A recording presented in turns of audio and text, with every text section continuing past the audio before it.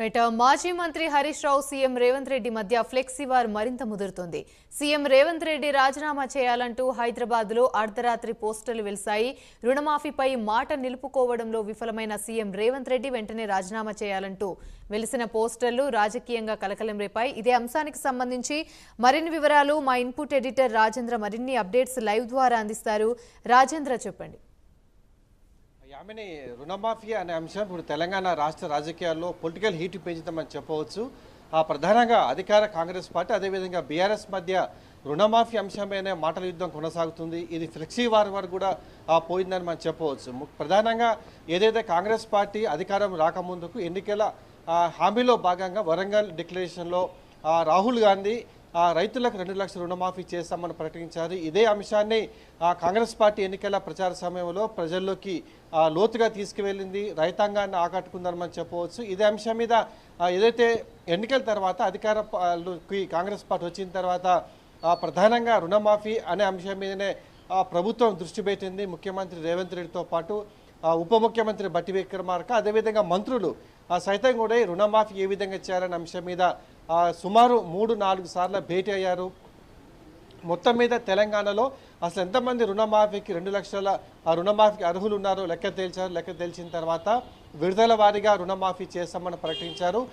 ఖమ్మం జిల్లాలో పార్లమెంట్ ఎన్నికల ముందు ముఖ్యమంత్రి రేవంత్ రెడ్డి 2 లక్షల రుణమాఫీని ఆగస్టు 15 లోపు మేము పూర్తి చేశామని చెప్పారు. అదేవిధంగా 3 విడతలుగా రుణమాఫీ ఇప్పటికే పూర్తి చేశామని చెప్పేసి ప్రభుత్వం చెప్తున్నది. అదేవిధంగా ఏదైతే ఆగస్టు 15వ తేదీన 3వ విడత రుణమాఫీ కార్యక్రమంలో కూడా ముఖ్యమంత్రి స్పష్టంగా మాట్లాడి ఇచ్చిన మాట ప్రకారం ఎన్నికల్లో హామీలో భాగంగా రుణమాఫీ చేశామని చెప్పారు. ఇదే అంశం మీద అప్పుడు బీఆర్ఎస్ పార్టీ సంబంధించిన సిద్దిపేట ఎమ్మెల్యే హరీష్ రావు కూడా రుణమాఫీ చేస్తే ఖచ్చితంగా తాను రాజీనామా చేస్తా, గన్ పార్క్ వద్ద ముక్కు నెలకు రాస్తా అని చెప్పేసి కూడా సవాల్ విసిన నేపథ్యంలో ఇదే అంశం మీద ముఖ్యమంత్రి మరోసారి వైరా సభ వేదికగా బీఆర్ఎస్ పార్టీ అదేవిధంగా కేటీఆర్ వర్కింగ్ ప్రెసిడెంట్ కేటీఆర్ వారితో పాటు హరీష్ రావు మీద కూడా తీవ్ర వ్యాఖ్యలు చేశారు.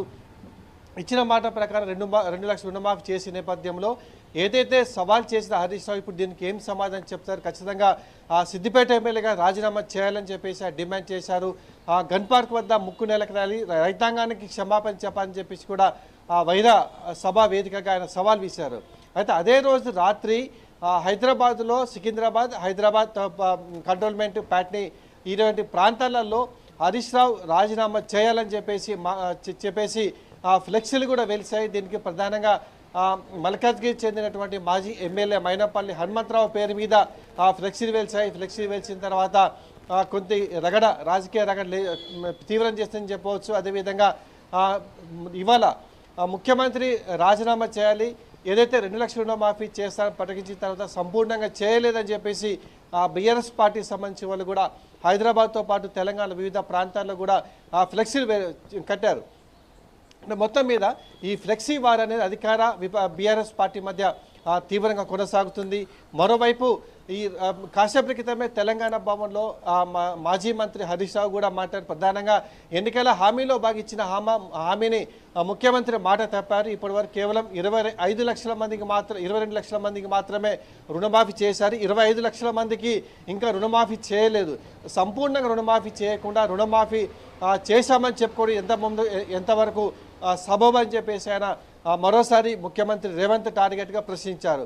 ఏదైతే ఇప్పటికే మరో సవాల్ ఇశారు. ఈ బీఆర్ఎస్ పార్టీకి సంబంధించిన ముఖ్య నేతలంతా కూడా రేవంత్ రెడ్డి మీద దుమ్మెత్తి పోస్తారు. ముఖ్యంగా ఎక్కడ రాష్ట్రంలో ఏ గ్రామానికి వెళ్ళినా కానీ సంపూర్ణ రుణమాఫీ చేశామంటే తాము దేనికైనా సిద్ధమే అని చెప్పేసి ఇప్పటికే BRS party working president KTR ప్రకటించారు. అదేవిధంగా కాసేపు క్రితం హరీష్ రావు కూడా ఇదే సవాల్ వేశారు.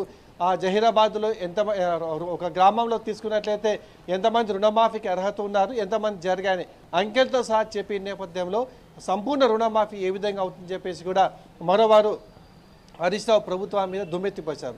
ఈ నేపథ్యంలో ఒకవైపు ఫ్లెక్సీ వార్ జరుగుతుంది, మరోవైపు మాటల యుద్ధాలు బీఆర్ఎస్ పార్టీ అదేవిధంగా కాంగ్రెస్ పార్టీ నేతల మధ్య మాటల యుద్ధం కూడా తీవ్రంగా జరుగుతుంది.